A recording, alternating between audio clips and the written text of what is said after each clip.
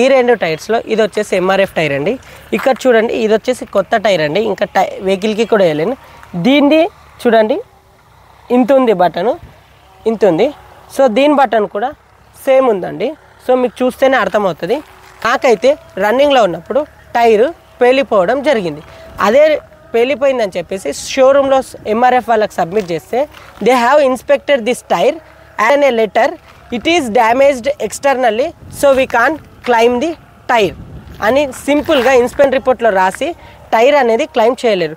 చూడండి friends, button కూడా తగ్గలేదు, అయినా నాకు టైర్ అనేది క్లైమ్ చేయలేరు. అందుకే ఎంఆర్ఎఫ్ చెత్త టైర్స్. అదే జేకేలో అయితే అన్కండిషనల్ వ్యారంటీ, కండిషనల్ వ్యారంటీ 2 ఉంటాయి friends.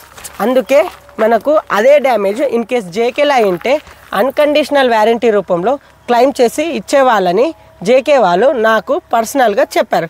Do subscribe to my